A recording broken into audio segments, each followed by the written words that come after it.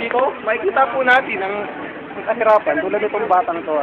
Medyo siguro para sa kanya, para baliwala sa kanya yung mga ginagawa niya, no? Pero siya naman, hardworking siya para makakuha lang ng pandota niya o pampalevel up sa RF. Ganyan ang kahirapan ngayon. Nagkukuha siya ng mga plastic na ano.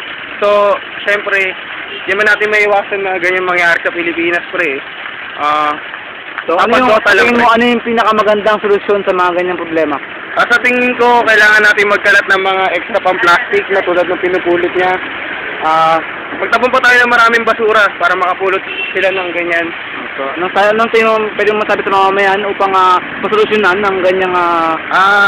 Siguro nananawagan po ako na magkalat lang po kayo ng mga plastic container para may maibenta yung mga batang katulad nun, no? Ano pa? Para masuportahan natin yung pagsasabu nila, pagdodota nila.